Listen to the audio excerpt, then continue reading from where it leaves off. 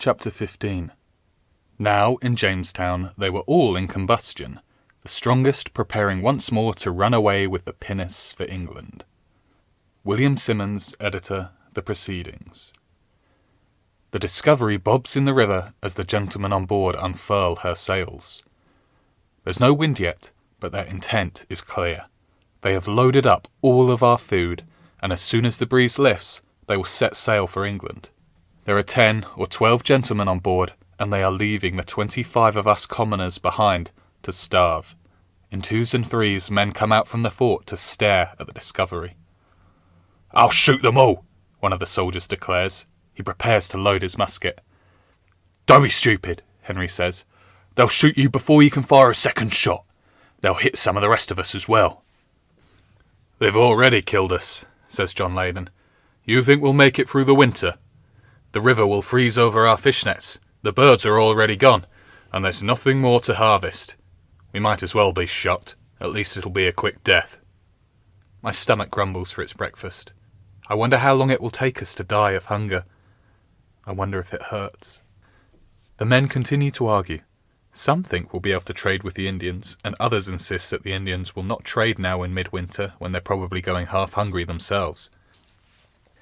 Many want to kill the gentleman, or die trying. Reverend Hunt is standing near me. He's staring out at the ship, his face set in grim lines. "Is it all lost, Reverend?" I ask him. "Are we doomed?" He puts his hand on my shoulder. "Do you see any wind?" he asks. I take a good look at the surface of the river. There is hardly a ripple. I shake my head. "Then the Discovery is not going anywhere yet. There is time for me to pray for a miracle." He walks off in the direction of the fort to the chapel. I listen to the men argue about how to shoot to kill the most gentlemen at once. Richard touches my arm. His eyes are bright. "Look," he whispers, pointing back behind us. At first, I think I'm seeing a vision, that my imagination is playing tricks. I see a dozen native men emerging from the forest near the fort. Some are bare-chested despite the cold, and some have deerskin mantles thrown over one shoulder. They're walking quickly. There is one man among them who's not quite a native, though not quite a white man either. His hair is reddish-brown, but long and shaggy. He is wearing a deerskin mantle, and also slops and shoes. Suddenly, it's as if my eyes clear, and now I know who I'm seeing. "Captain Smith!" I cry, and run full speed to greet him. Everyone starts clamouring at once. "They're leaving us! They've stolen our food! We've no stores left! Those no-good lazy gentlemen! We'll starve! Where have you been?" Captain Smith holds up his hand to silence us. "Help me with the cannons," he orders. We follow him to the fort, and our soldiers work to load the cannons and aim them squarely at the Discovery. Then Captain Smith marches down to the water's edge. "Halt or be sunk!" he shouts. "Disembark at once, or die!" We watch as the gentlemen on board the ship huddle and talk. After a few minutes of conferring with one another, Master Archer shouts out, "Where are Jehu Robinson and Thomas Emery?" Captain Smith shakes his head. "Dead," he answers. "Killed by the savages." The gentlemen confer some more, and then begin to load the longboat with provisions to bring back to shore. A cheer goes up among the commoners. Our food is being returned to us. But I have an uneasy feeling. Why did the gentlemen change their minds as soon as Captain Smith told them that those 2 men are dead? I watch them paddle the longboat towards shore, and think it almost feels too easy, this change in their plans. We turn our attention to Captain Smith with 100 questions. "Where did you go? Why did you stay away so long? Did you bring corn? Did the Indians try to kill you?" "Later," he says. "I will tell you all about it later." The group of native men who have come with Captain Smith stand quietly watching as the gentlemen roll barrels of provisions up the riverbank. Once the Discovery has been unmanned, Captain Smith turns back toward the fort. "Piaqua," he says to the native men. "That means to go with him," I say to Richard. Richard and I follow too. Captain Smith brings the men to the fort, where 2 of our cannons sit perched on an artillery platform.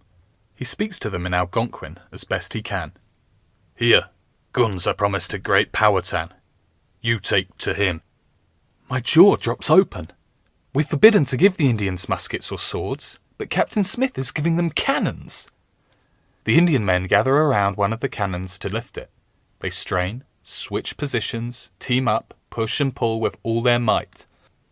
Their faces turn red, veins on their necks stand out, and they sweat despite the icicles hanging from the trees.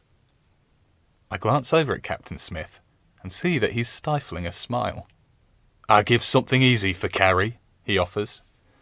The would-be cannon carriers look relieved. They finally leave with a handful of intricately coloured glass beads, some bells, small mirrors, and a large copper pot.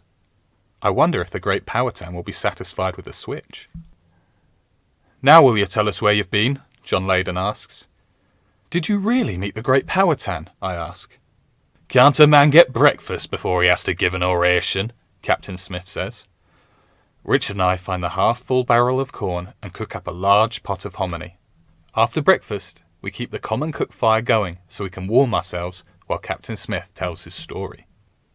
Most of the common men come to listen. The gentlemen are, again, nowhere to be seen. Are they off sulking like scolded dogs, I wonder? Or hatching a new plan? But once Captain Smith begins his story, I don't give the gentleman another thought. 200 savages came upon me, he says. They captured me and took me prisoner. They paraded me from one village to another, and at each village there were ceremonies and dancing, with dancers painted red and black like fearsome devils. And there was feasting, lots of feasting. I was sure that as soon as I was fat enough for their liking, they would kill me and eat me. "I thought the Powhatans were not cannibals," I blurt out. Captain Smith shakes his head. "I didn't think so, but why else were they fattening me up?" He raises his eyebrows at me. "Finally, I was taken to the village of Werowocomoco. I was presented to Wahunsonacock, the great Powhatan himself. He sat on a throne covered with a large robe made of raccoon skins, with their tails still on. All around him sat his court, upward of 200 men and women, their faces and shoulders painted red and crowns of white bird feathers on their heads. They had another feast, and then 2 large stones were brought and placed in front of Chief Powhatan." Captain Smith pantomimes lifting 2 heavy stones. "Suddenly, 7 or 8 warriors jumped up from their seats and seized me. They dragged me over and forced my head down on one of the stones. These warriors stood over me with heavy clubs. They raised the clubs, ready to bash my brains out." I suck in my breath. Henry looks at me and rolls his eyes. "Well, he didn't get his brains bashed out now, did he?" he says. I glare at Henry and go back to listening. "There was no way for me to escape.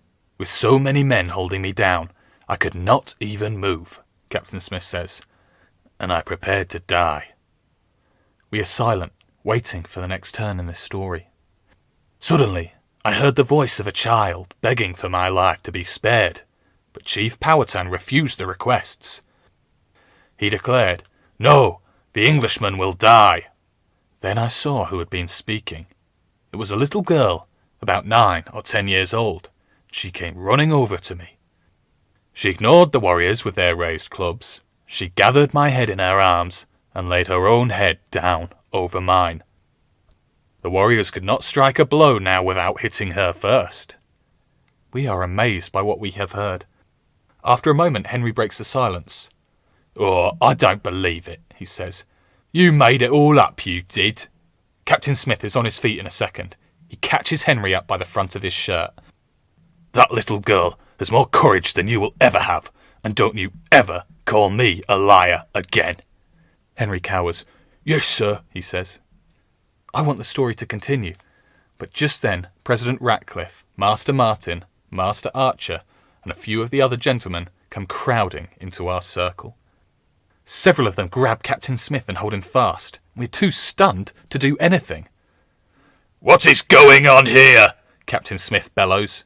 He thrashes at the men, but they jerk his arms around behind his back, tie his hands together, and clamp chains around his ankles. "Stop this!" John Leyden cries. He lifts his musket, but it is beaten out of his hands by Master Archer. "Watch yourself or you'll face the gallows as well," Master Archer warns. "The gallows?" You are under arrest, Master Archer announces. The law of Leviticus states, an eye for an eye, a tooth for a tooth, a life for a life. You are responsible for the deaths of Thomas Emery and Jehu Robinson, as they were in your care. You will pay for those deaths with your life. Your execution will be at sunup tomorrow. Captain Smith struggles, but he's tied so tightly hand and foot that he can hardly move. You're mad, he cries. There is no English law that makes me responsible for those deaths. But the gentlemen don't listen. They drag him away, his chains clanking. Rage bubbles up inside of me. Without thinking, I snatch up a rock and hurl it straight at the back of Master Archer's head. Master Archer howls. He grabs his bleeding scalp and turns to look at us. I stand there, seething with anger.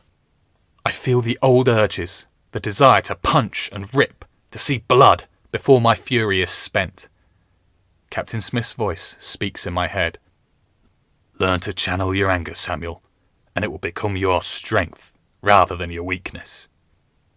I know what they're doing, Henry is saying. They'll kill Captain Smith, and then they'll go ahead and sail away and leave us to starve. Channel my anger? No. I can't stop myself. I run at Master Archer. I will knock him down and pummel the snot out of him.